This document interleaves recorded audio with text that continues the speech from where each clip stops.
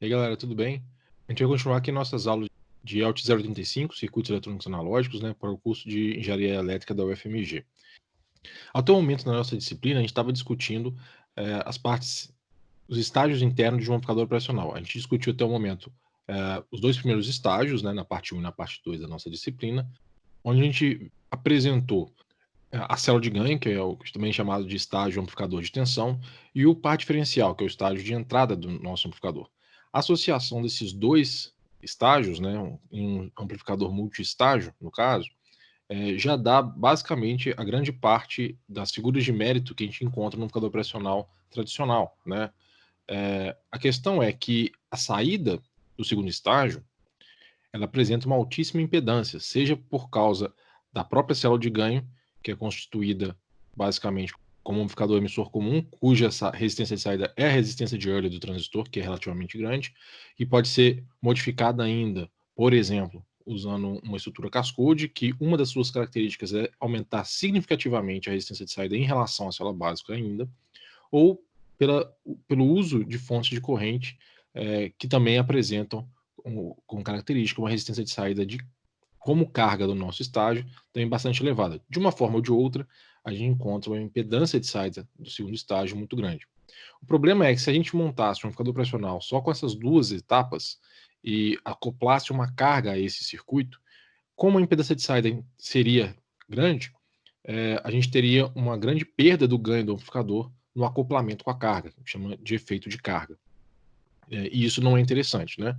Então, para completar o amplificador operacional, a gente precisa de um último estágio, que é um estágio de potência, que funciona como um buffer de tensão, ou seja, ele vai carregar a tensão amplificada até o segundo estágio para a carga, mas sem apresentar para esta carga uma alta impedância de saída, né? Ou seja, a principal finalidade do estágio de saída é proporcionar uma baixa impedância para a carga, né? Isso possibilita alimentar cargas com baixa perda de ganho, ou seja, o efeito do acoplamento com a carga é minimizado, né? E para isso a gente precisa prover ganho de corrente ao segundo estágio, ou seja, no final das contas, o nosso estágio amplificador de potência, né? Ele é um amplificador de corrente.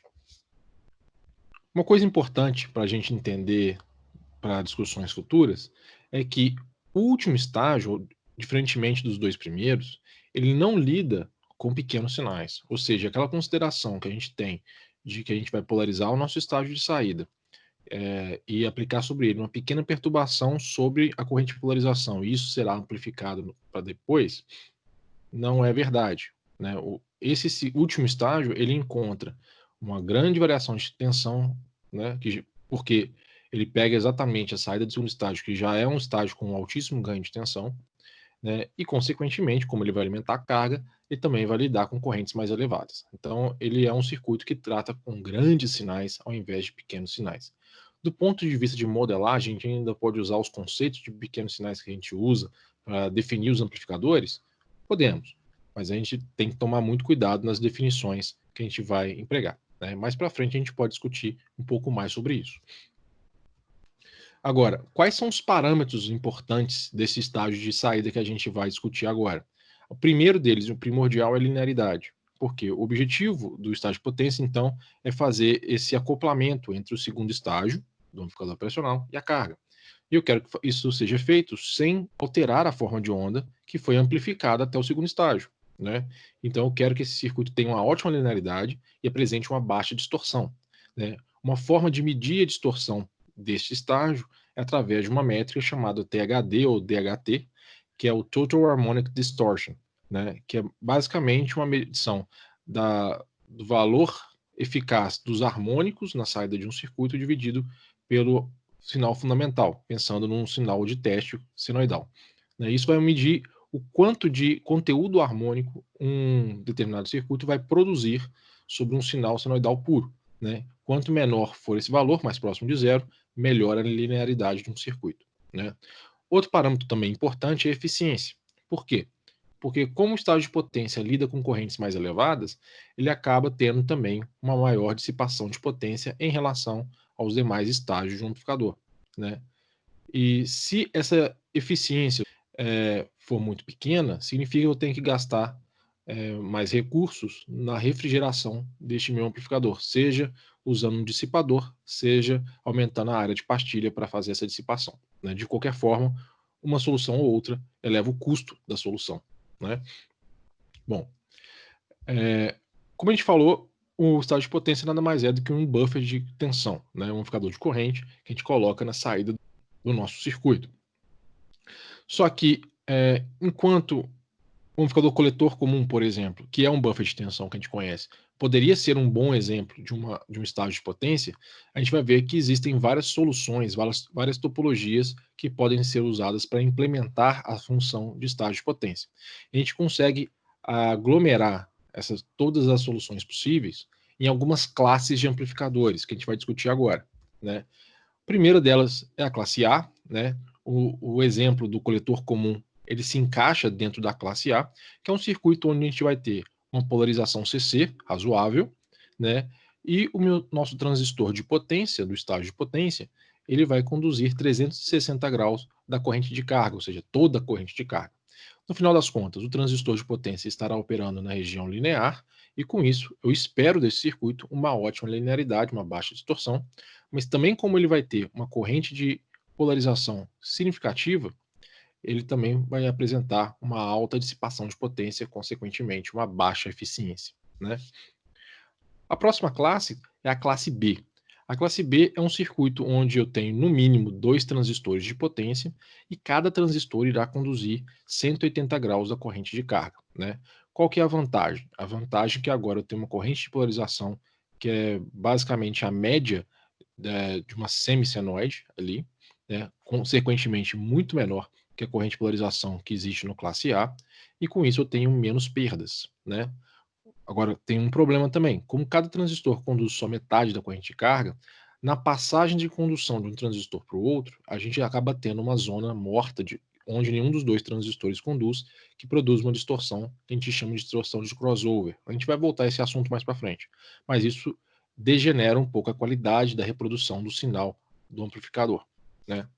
Existe uma mescla entre essas duas primeiras classes, que é a classe AB, onde a gente basicamente tem um amplificador classe B, mas a gente insere uma pequena polarização no nosso circuito de forma que cada transistor conduz um pouco mais do que 180 graus. Então vai existir uma região próxima da passagem de condução de um transistor para o outro, onde os dois transistores conduzem ao mesmo tempo. Com isso, eu não tenho mais aquela zona morta que eu acabei de mencionar e a minha distorção de crossover é minimizada. Com isso, eu vou ter um circuito que tem uma linearidade bem melhorada em relação ao classe B, né, e intermediária em relação ao classe A, e também vai ter uma perda um pouco maior que o classe B, mas muito menor que a classe A. Então, é uma classe que traz algumas das vantagens das duas primeiras, e por isso é a classe de amplificador mais utilizada em amplificadores lineares, seja o caso de amplificadores integrados ou amplificadores discretos. Existem outras classes, obviamente, né? Um exemplo é a classe C, onde eu tenho uma condução menor do que 180 graus para cada transistor de saída. Não é muito utilizada para amplificadores de sinais, né? Mas você vai encontrar alguns exemplos dessa aplicação em circuitos de telecomunicações, por exemplo, né? Mas não é uma classe que a gente vai abordar. Só para finalizar aqui, existem a classe G e a classe H. A diferença entre elas é muito pequena, que é basicamente a mistura de um classe AB com classe C, né? Essas classes são muito utilizadas em áudio profissional de alta potência, os chamados Public Address, o PA, né? A ideia é o seguinte, é que eu tenha uma fonte de alimentação com vários taps, né, com várias saídas, com vários níveis de tensão, onde um determinado nível ele é mais potente, ele é usado para alimentar um amplificador classe AB. Como o sinal de áudio ele fica bastante tempo com baixa amplitude, esse classe AB ele entrega a potência necessária para a carga e eu uso um nível de tensão um pouco minimizado, de forma que eu minimize também as perdas que podem acontecer neste circuito. No momento que eu tiver alguma demanda de amplitude do meu sinal de saída maior, ou seja, pegando um exemplo, o áudio precise excursionar mais, né? E, por exemplo, precisar de mais tensão do que aquela que eu estou usando para alimentar o classe AB, no momento que a tensão de saída sobe acima da tensão de alimentação daquele amplificador, eu acoplo um novo tap da minha fonte de alimentação que está associada ao amplificador classe C. E esse amplificador só vai amplificar do incremento de tensão que eu preciso. Com isso, eu consigo ter uma alta excursão do meu sinal de saída, sem necessariamente precisar de uma fonte de alimentação com um nível de tensão tão grande e potência grande, né? Então eu consigo ter uma minimização das perdas também desse circuito. Então a classe G e a classe H são mais utilizadas para áudio mesmo, né? Existem, por fim, as classe D e a classe E, que também são amplificadores chaveados, né? São amplificadores que não usam os transistores na região linear, então ele tem uma filosofia de operação totalmente diferente dessas que a gente está discutindo até agora na disciplina de circuitos eletrônicos analógicos e também do que a gente discutiu na disciplina de dispositivos e circuitos eletrônicos básicos lá atrás, né? Então, no caso, os transistores operam em corte de saturação, né? E para isso eles precisam de uma técnica de modulação para transformar o sinal a ser amplificado num trem de pulsos que vai ser usado para comandar os nossos transistores, né? Esse tipo de circuito não está dentro do escopo da nossa disciplina, é mais próximo do escopo da disciplina ELT 040, que é a eletrônica de potência, mas ao final dessa parte eu vou fazer uma pequena explanação sobre o classe D, só para apresentar como seria esse tipo de circuito, tá? Bom, uma pergunta que pode surgir é por que ter tantas classes, né? Como eu falei, a gente tem dois grandes parâmetros para tentar um amplificador de potência, que é linearidade e eficiência, mas eles são antagônicos, né? Por exemplo, o classe A é um circuito que apresenta uma ótima linearidade e uma péssima eficiência. Já o classe D é um circuito que vai apresentar uma ótima eficiência, mas é um circuito que vai ter intrinsecamente uma alta distorção, né?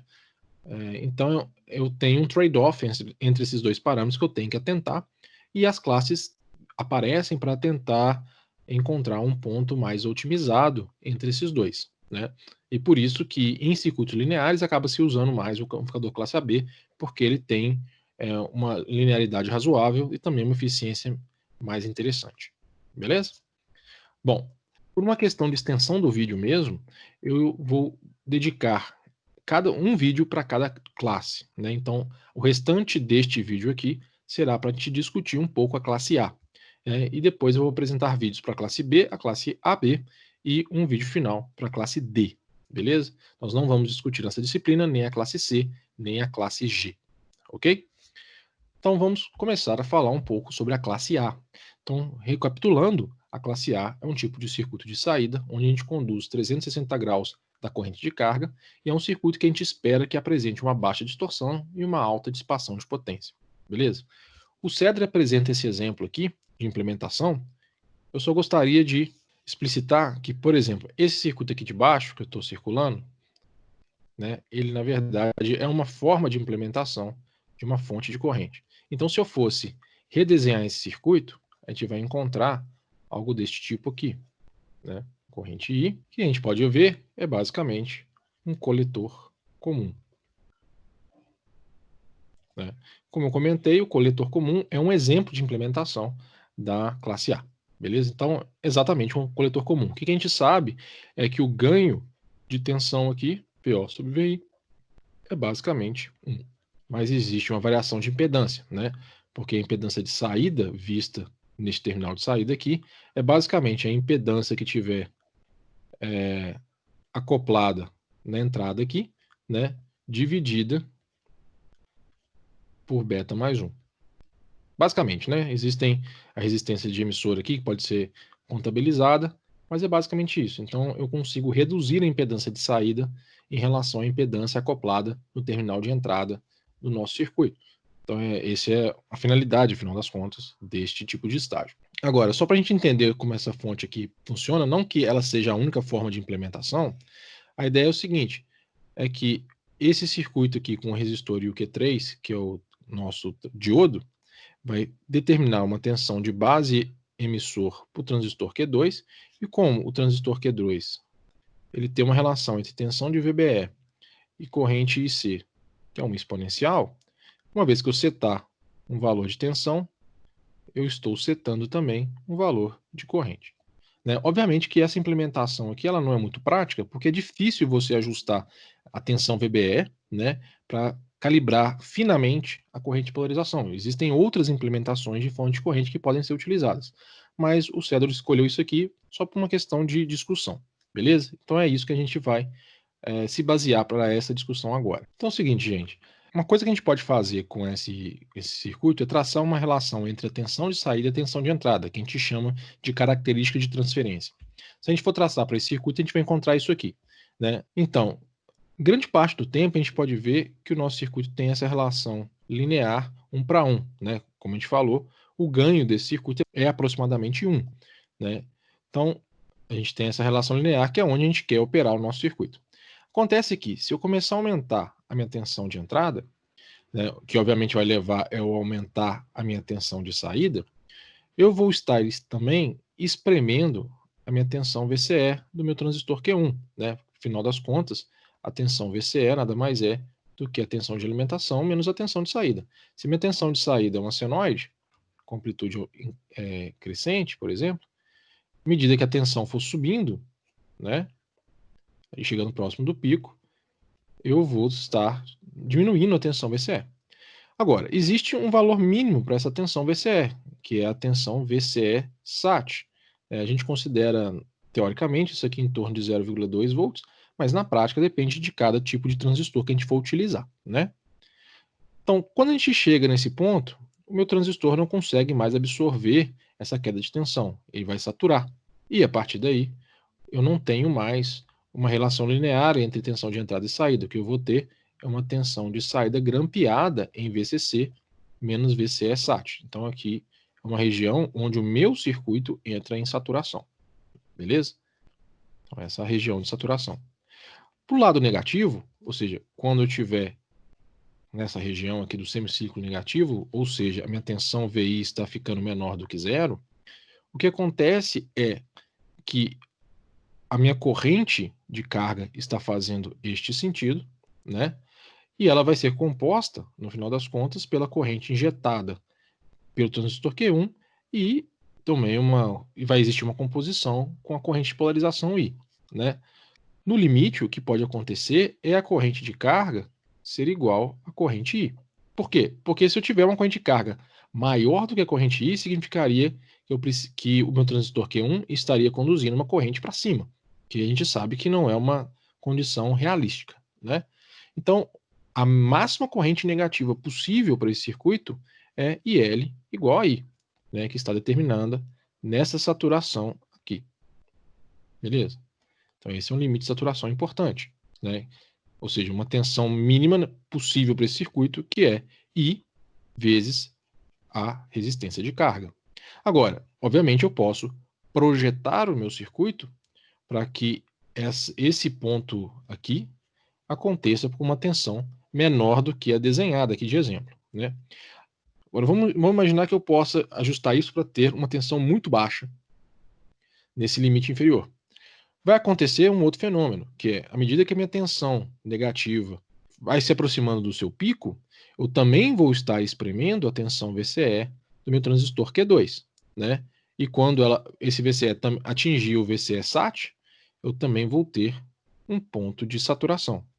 Então, percebam o seguinte, que na saturação negativa, eu tenho dois fenômenos, né? Existe aqui esse delta, né, que pode entre o mínimo de tensão possível no meu transistor e o mínimo de tensão possível no meu circuito em função do valor da corrente de polarização que eu escolhi, né? O máximo que eu posso fazer do ponto de vista da corrente de polarização é tentar ajustar para que esse delta aqui seja muito pequeno, né?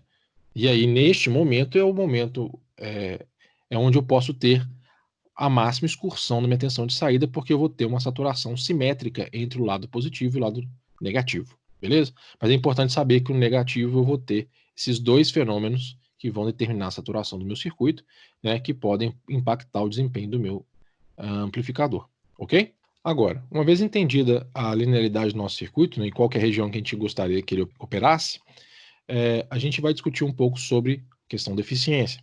E para isso eu preciso levantar algumas formas de onda da operação do nosso circuito. O que eu vou discutir com vocês é a tensão de saída, a tensão VCE do nosso transistor 1, né, e a corrente IC1, que é a corrente de coletor desse transistor.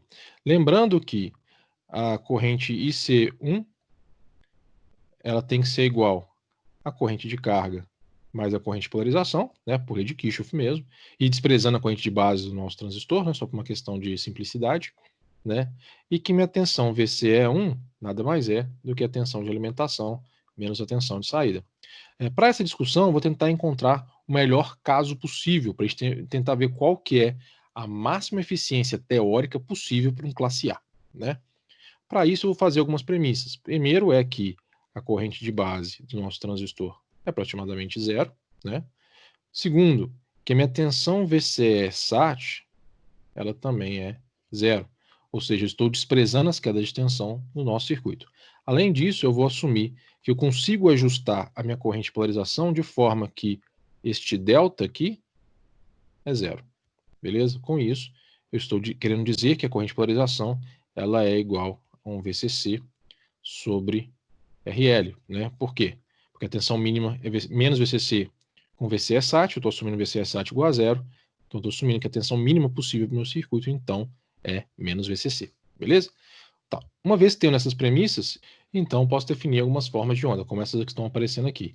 Percebam que a minha tensão de saída, eu determinei um exemplo onde eu tenho a máxima excursão possível para esse circuito, onde eu estou assumindo que eu consigo atingir um pico da minha tensão de saída igual à minha tensão de alimentação positiva e negativa, né? Então, eu não consigo na prática chegar nesse ponto, tá? Mas se eu conseguisse, essa seria a máxima excursão da tensão de saída possível, beleza? Bom, como a gente falou que a minha corrente de coletor é exatamente a corrente de carga, que vai ser então essa tensão senoidal em VO dividido por RL, e lembrando que quando eu estiver no pico da minha tensão, eu vou ter VCC sobre RL como corrente de carga, que é exatamente igual a I, né? E a minha corrente de coletor é IL, que é essa corrente de carga, mais a corrente de polarização. É fácil a gente deduzir que a forma de onda da corrente de coletor é basicamente uma senoide, com a mesma forma de onda da tensão de carga, deslocada de um valor I e com amplitude, né, também igual a I. Então, ou seja, eu tenho uma senoide que tem um valor médio igual a I e tem um pico de 2I, ok? Já a tensão VCE1, ela nada mais é do que a tensão de alimentação VCC menos a tensão VO, né? Se eu fizer essa matemática, tendo como exemplo a tensão VO aqui, eu vou encontrar exatamente essa forma de onda que eu mostrei, né? Quando a minha tensão de saída for zero, eu tenho uma tensão VCC. Quando ela for máxima, eu vou ter VCC menos VCC, que vai dar um valor zero. Quando ela for mínima, eu vou ter VCC menos VCC, que vai me dar um valor máximo de 2 VCC e assim por diante. Beleza? Então, essas aqui são as formas de onda do nosso circuito, né? E agora, se eu quero saber qual que é a potência dissipada pelo transistor Q1, a única coisa que eu tenho que fazer é multiplicar IC1 com VCE1. Percebam que se eu fizer essa multiplicação, a gente vai encontrar essa forma de onda, né? Uma questão de acompanhamento. Quando eu tiver no tempo zero, a minha corrente vale I e a minha tensão vale VCC, o que vai nos dar uma amplitude de VCCI. Quando eu estiver no pico do semiciclo positivo, eu vou encontrar uma corrente 2I aqui e uma tensão zero. Logo, eu tenho um valor zero, né? Quando eu estiver em 180 graus, eu volto a ter o VCCI como amplitude. Quando eu estiver em 270 graus, eu tenho amplitude que é 2 VCC na tensão e zero na corrente, vai nos dar zero de novo e assim por diante. Então vocês podem ver que a minha forma de onda de potência instantânea aqui no meu transistor é uma senoide com o dobro da frequência da senoide de saída e com amplitude igual a VCCI. Só que o que me importa, na verdade, não é bem a forma de onda da potência, e sim o seu valor médio. Se eu traçar aqui o valor médio e fazer uma conta clássica de cálculo de média, vocês vão encontrar uma potência instantânea média, uma potência dissipada média igual a VCCI sobre 2. Beleza? Bom, outra coisa importante é o seguinte, esse exemplo que eu mostrei é um exemplo onde eu tenho a máxima tensão possível na saída do meu circuito. Agora, não é o momento onde eu tenho a máxima dissipação de potência. A máxima dissipação de potência acontece quando a minha tensão de saída for igual a zero, porque aí a minha tensão VCE1 vai ser exatamente igual à minha tensão VCC, só que ela vai estar conduzindo a corrente de polarização. O transistor Q1 vai estar conduzindo a corrente de polarização. E aí a minha dissipação de potência vai ser igual a VCCI, né? Que é a máxima potência dissipada pelo transistor. Por que essa informação é importante? Porque se você for projetar o circuito térmico desse amplificador, é este ponto que você vai ter que calcular. Agora, a máxima eficiência vai acontecer exatamente no exemplo anterior, com a máxima tensão de saída. Como a gente já calculou a potência dissipada no transistor Q1, para calcular a eficiência, eu só preciso saber agora qual é a potência dissipada na fonte de corrente. E para isso, o que eu tenho que fazer? Calcular a tensão VF, que nada mais é do que VO menos VCC, ou seja, VO mais VCC, e multiplicar por I. Se eu pegar VO mais VCC, né, pensando naquela tensão de saída máxima lá, eu vou encontrar uma senoide que varia entre VCC, 2VCC e 0. E se eu multiplicar isso por I, que é a corrente de polarização da fonte, eu vou encontrar exatamente esta forma de onda aqui, né? Se eu tirar a média, eu vou encontrar uma potência dissipada na fonte de corrente, que é igual a VCCI, ou seja, o dobro da potência dissipada no transistor Q1, né? Para calcular a eficiência agora, eu preciso determinar a potência dissipada total, que nada mais é do que a soma da potência dissipada em Q1 e na fonte de corrente, que vai nos dar 3 meios de VCCI, e eu preciso calcular a potência dissipada na carga, né? Como a minha carga é resistiva, a potência dissipada ali é basicamente a tensão RMS sobre ela, vezes a corrente RMS, né? Fazendo a matemática, eu vou encontrar VCCI sobre 2. Beleza? E eficiência é determinada como sendo a relação entre a potência de saída e a potência fornecida pelas fontes que alimentam o meu circuito. Mas também pode ser determinada como a potência de saída dividido pela potência dissipada total mais a potência de carga, né? Se eu fizer essa conta, eu vou encontrar que a máxima eficiência teórica para o meu circuito é de 25%. Percebam que a máxima eficiência teórica, porque eu assumi várias premissas nesse exemplo que na prática não podem ser atingidas, como eu atingir uma tensão máxima de saída igual à tensão de alimentação, né, e fazer com que a corrente de polarização nos dê uma tensão mínima de condução da minha fonte de corrente igual a zero, né, que também não é possível. Na prática, eu vou ter uma eficiência máxima menor do que esse valor calculado, né? Uma questão também que talvez seja interessante é pensar como que ficaria a curva eficiência por tensão de pico de saída, né? Como a gente viu, quando eu tiver VCC na minha saída, eu vou encontrar uma eficiência máxima teórica de 25%. E também, quando eu tiver uma tensão de saída zero, é o momento onde eu tenho a maior potência dissipada. Mas neste momento, a minha potência de saída é zero. Consequentemente, a minha eficiência é nula. E se eu for variando, o que eu vou encontrar é exatamente uma rampa, né? Então, existe uma relação linear entre a eficiência do nosso circuito e o pico da tensão de saída, né? Sendo que o valor máximo vai acontecer exatamente na máxima tensão, que é 25%. Beleza? Agora, eu gostaria de fazer um exemplo prático para a gente poder calcular quanto que seria a eficiência real de um amplificador classe A. Para isso aqui eu montei no LT Spice um exemplo simples, né? Vocês podem ver que eu tenho uma saída que é composta pelo transistor de potência Q1 e uma fonte de corrente formada pelo transistor Q2 em série com uma resistência R3. Né? É uma fonte de corrente diferente daquela implementada no exemplo, porque ela é mais prática. Né? Como é que ela funciona? Eu estou aplicando uma tensão de polarização nesse circuito aqui de baixo, a partir de uma tensão V3. Como essa tensão é produzida na vida real, não importa muito, desde que eu consiga produzir esse nível de tensão. Tá? Então, eu estou aplicando, por exemplo, aqui 5 volts entre a base do transistor Q2 e a tensão de alimentação negativa, de menos 15 volts ali. E com isso, sobre R3 vai ter uma tensão de aproximadamente 4,3 volts. Pegando 4,3 dividido por 3,35 ohms, que é o valor do GR3, eu tenho uma corrente de polarização ali que vale 1,28 amperes, em torno de 1,3 amperes, né? E essa vai ser a corrente de polarização, né? Já o meu sinal de entrada, né? Eu aqui produzi ele a partir de um amplificador operacional, só para não ter offset no meu circuito e ficar fácil de fazer as contas, tá? Mas no final das contas eu projetei esse circuito para ter uma tensão de saída que oscile entre máxima, né, entre mais 10 e menos 10. Percebam que eu já tenho uma queda em relação à alimentação, porque eu estou alimentando com 15 volts e tendo uma saída máxima de 10 volts, né? Depois a gente vai mexer nisso. Mas vamos simular o circuito e ver o que a gente encontra. Então, simulei o circuito aqui. Se eu medir a tensão de saída, eu vou ver exatamente uma senoide variando entre menos 10 volts e mais 10 volts, perfeitamente, né? Agora vamos medir as formas de onda que a gente já discutiu no nosso exemplo teórico. Então aqui eu estou medindo a tensão de saída e a corrente no transistor Q1. Percebam que eu tenho senoides também. E vocês podem ver que eu ajustei o meu circuito para que, quando eu tivesse a mínima tensão de 10 volts, a minha corrente no transistor fosse próxima de zero, beleza? Que é um exemplo próximo do que a gente discutiu, né?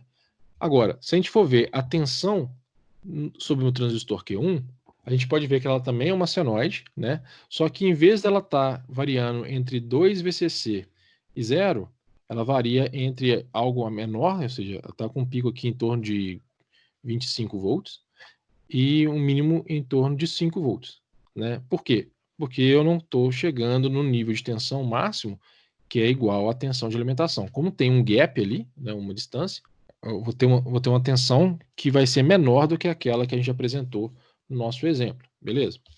É interessante também apresentar como é que está a tensão em Q2, né? A gente vai ver que é mais ou menos a mesma forma de onda, com um pequeno deslocamento de nível. E se eu for ver a tensão na minha fonte de corrente toda, né, a gente pode ver que ela está basicamente simétrica em relação à tensão do transistor Q1, beleza? Ah, só mais um detalhe. A gente pode observar que neste exemplo, a tensão no transistor Q2 já está chegando muito próximo daquele limite inferior que a gente discutiu, né?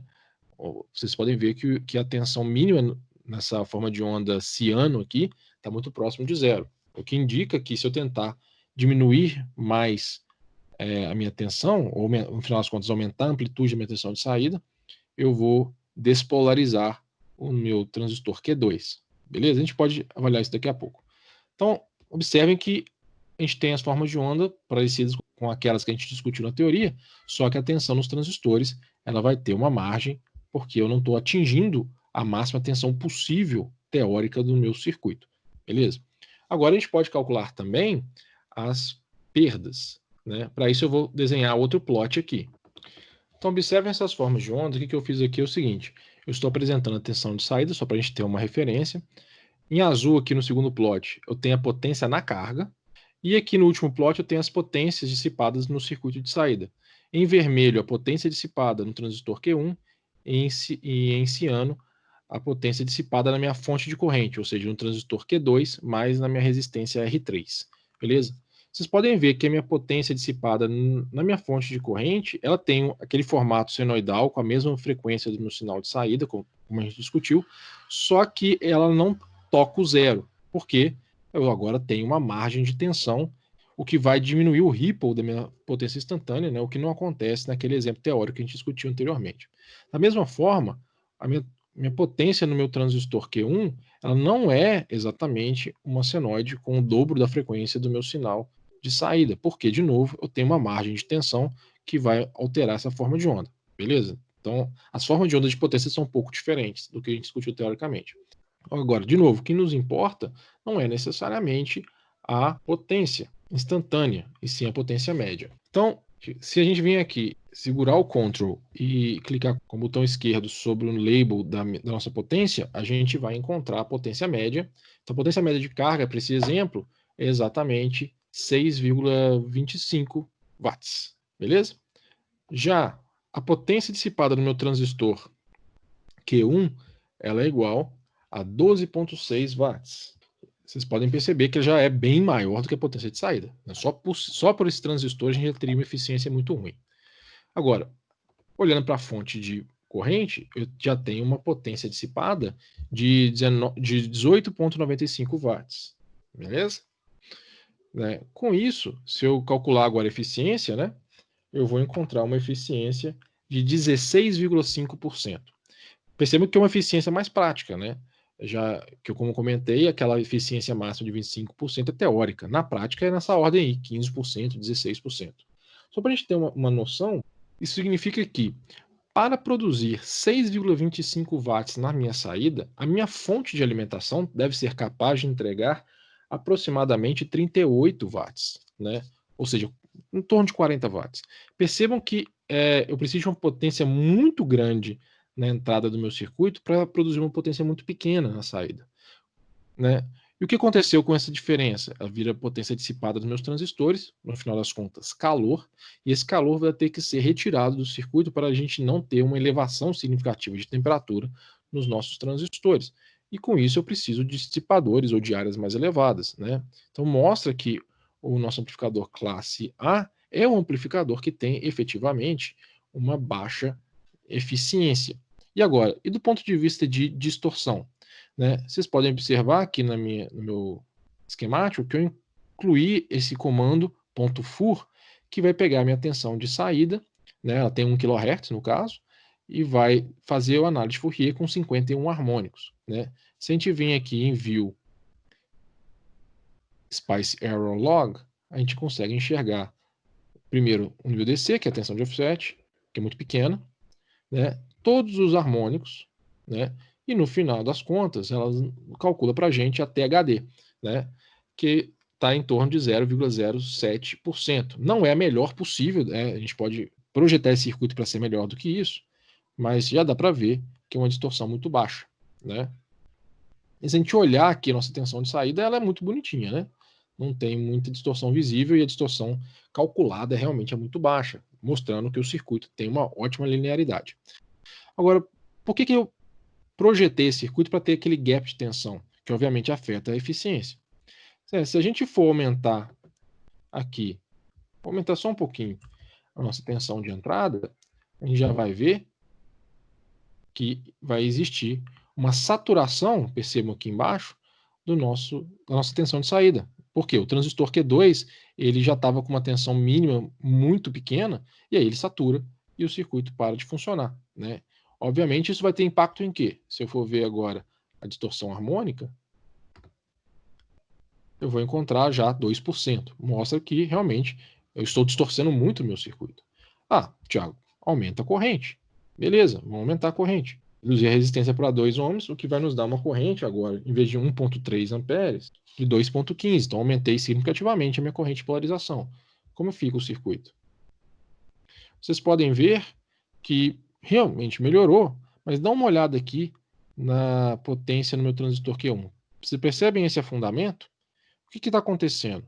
Eu vou medir também aqui no primeiro plot a corrente de polarização. Percebam que essa corrente ela está constante no momento, no pico, né, negativo da minha tensão de saída, ela dá uma afundada. O que isso está querendo dizer? Está querendo dizer que eu já não estou polarizando mais a minha fonte de corrente, ela está sendo desligada.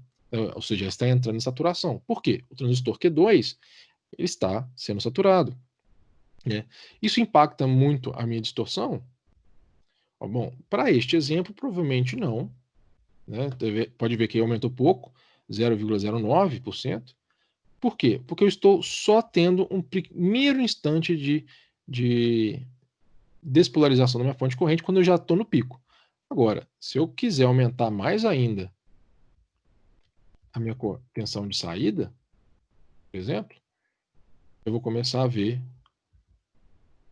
uma distorção maior, né? Como a gente pode observar no meu circuito, né? Já mudou para 0,4. Né? Se eu continuar querendo aumentar, vai piorar. Ah, então vamos aumentar a corrente mais ainda. Vamos lá. Diminuir a resistência, aumentar a corrente. Vocês podem ver que não fez diferença alguma. Por quê? Porque, como eu tenho essa resistência agora, ela demanda um certo nível de tensão para funcionar o circuito. Então, eu vou ter um gap de tensão intrínseco para essa fonte de corrente que eu não posso contornar. Então, isso mostra o seguinte: numa implementação prática, esse gap de tensão, infelizmente, ele vai existir, ele não vai ser desprezível. Né? E com isso, eu vou ter sim uma eficiência muito pior para o meu circuito, que vai gerar em torno disso aí, 15%, no máximo 20%. Né? Ou seja, o classe A é realmente um amplificador que tem uma baixíssima eficiência. É isso que eu queria mostrar para vocês. Ok? Então, espero que vocês tenham entendido, né, e tenham gostado da aula.